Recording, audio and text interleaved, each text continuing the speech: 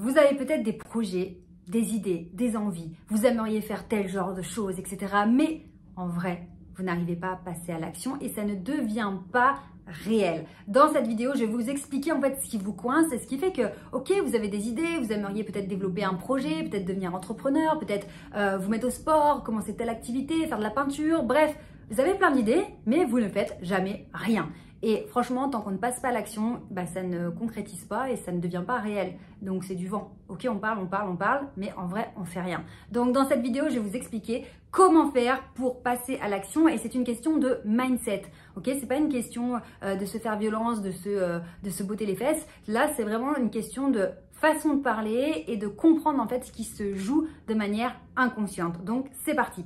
Je vous rappelle que j'organise la semaine du charisme du 1er au 7 juin, donc c'est totalement gratuit. Inscrivez-vous, il suffit de cliquer sur le lien sous cette vidéo. Pendant une semaine, vous faites partie d'un groupe WhatsApp, mon groupe WhatsApp, et je vous donne des conseils tous les jours pour développer votre charisme. À l'intérieur de cette semaine, il y aura des ateliers le soir sur YouTube et aussi il y aura une conférence en live, en direct, où vous pourrez me poser toutes vos questions le dernier jour. Donc franchement, inscrivez-vous parce que ça va être du très très lourd.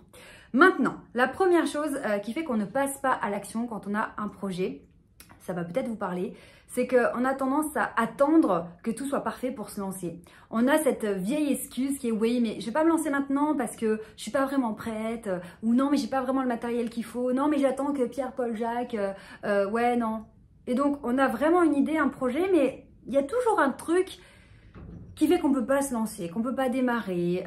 Voilà, et c'est vraiment l'excuse de la perfection, le perfectionniste qui va dire ben moi je peux pas faire des vidéos YouTube parce que j'ai pas une super caméra, un super téléphone, ou il me manque un micro, ou moi non je peux pas me lancer, je veux pas me lancer tout de suite là-dedans parce que j'attends de perdre du poids avant, ou voilà, j'attends que ce soit vraiment optimal. Alors évidemment il faut pas être non plus, enfin je veux dire, il y a des périodes, on peut pas tout faire en même temps, il y a toujours des situations, des contextes qui fait que on peut avoir des projets qui vont se décaler de quelques semaines, de quelques mois, parce que le contexte familial, professionnel ne s'y prête pas. Mais le projet est là et on sait qu'à partir de telle date, quand cette phase-là sera finie, on pourra passer à l'action. Moi, je vous parle du moment où, en vrai, on pourrait passer à l'action, mais on ne le fait pas. Donc, la première chose, cette première excuse de la perfection, c'est totalement bidon.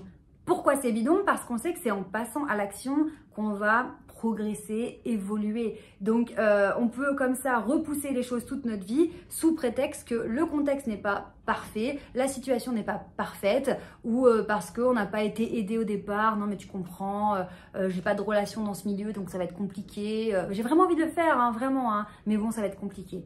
Donc, à un moment donné, la différence se fait entre les personnes qui parlent et qui ont toujours 15 000 excuses, et les personnes qui parlent, ou qui parlent pas même, mais qui font les choses. Et ce, malgré les difficultés du départ, malgré une qualité peut-être moindre que ce qu'on aurait voulu au départ, mais la qualité, tout ça, la compétence va se faire au fur et à mesure. Donc vraiment, c'est la première excuse de la perfection, c'est terminé.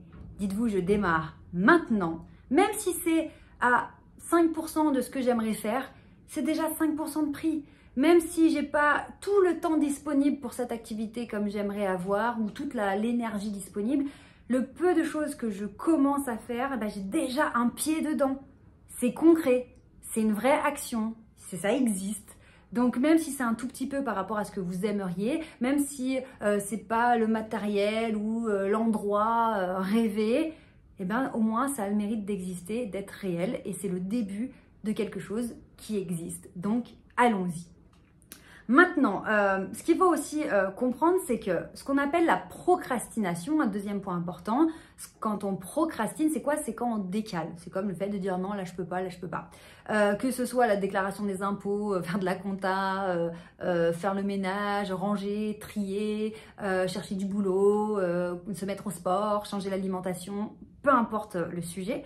Quand on procrastine, c'est qu'on décale en faisant d'autres choses, ou voilà, on trouve un moyen de décaler, on décale. Soit on s'invente le fait d'être débordé par les autres choses, et ça malheureusement on n'a jamais le temps, soit clairement on se dit qu'on a la flemme. Et donc là, si on veut aller chercher plus loin, la raison de la procrastination, c'est qu'il y a sûrement quelque chose qui déclenche un stress, une petite angoisse à l'idée de faire cette tâche, cette activité. Alors, on pourrait se dire, bah non, c'est pas stressant, il n'y a rien de dangereux, il n'y a rien vraiment de fou. Mais en tout cas, cette tâche qu'on décale, on procrastine, eh bien, c'est une tâche qui nous est désagréable, qui va déclencher un état émotionnel négatif. Et donc, on n'a pas envie d'y aller. Parce que le cerveau, il n'est pas fou. Le cerveau, il ne veut surtout pas souffrir, il va rechercher le plaisir.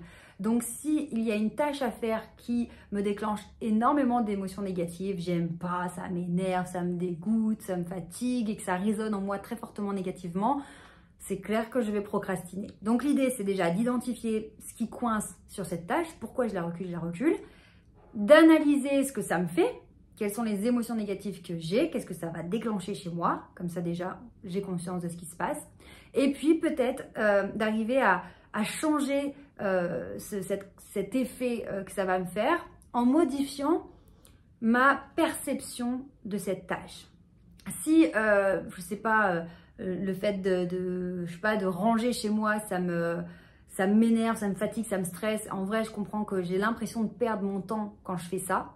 Bah, du coup, c'est la perte de temps pure, il n'y a aucun intérêt. Mais d'un autre côté, je suis pas bien quand chez moi, c'est le bazar. Eh bien, je peux me dire, bah tiens, comme j'ai analysé que je pense que ranger, c'est une perte de temps, je peux peut-être arriver à faire quelque chose pendant que je range.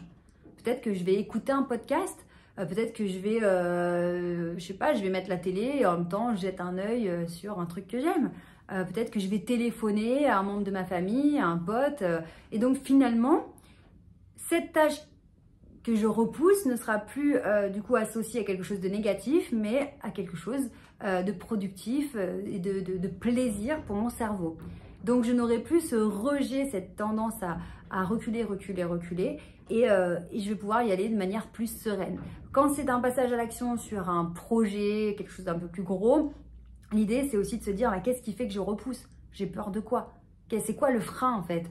J'ai peur d'être confrontée à l'échec, d'être déçue par moi-même, j'ai peur d'être jugée, j'ai peur d'être critiquée, j'ai peur... Qu'est-ce qui fait que je n'ose pas, je n'arrive pas à passer à l'action? Et donc, je vais démystifier ce truc-là un peu flou qui m'empêche de passer à l'action, comprendre, et quand je comprends, eh bien, je reprends le pouvoir et je suis capable d'agir.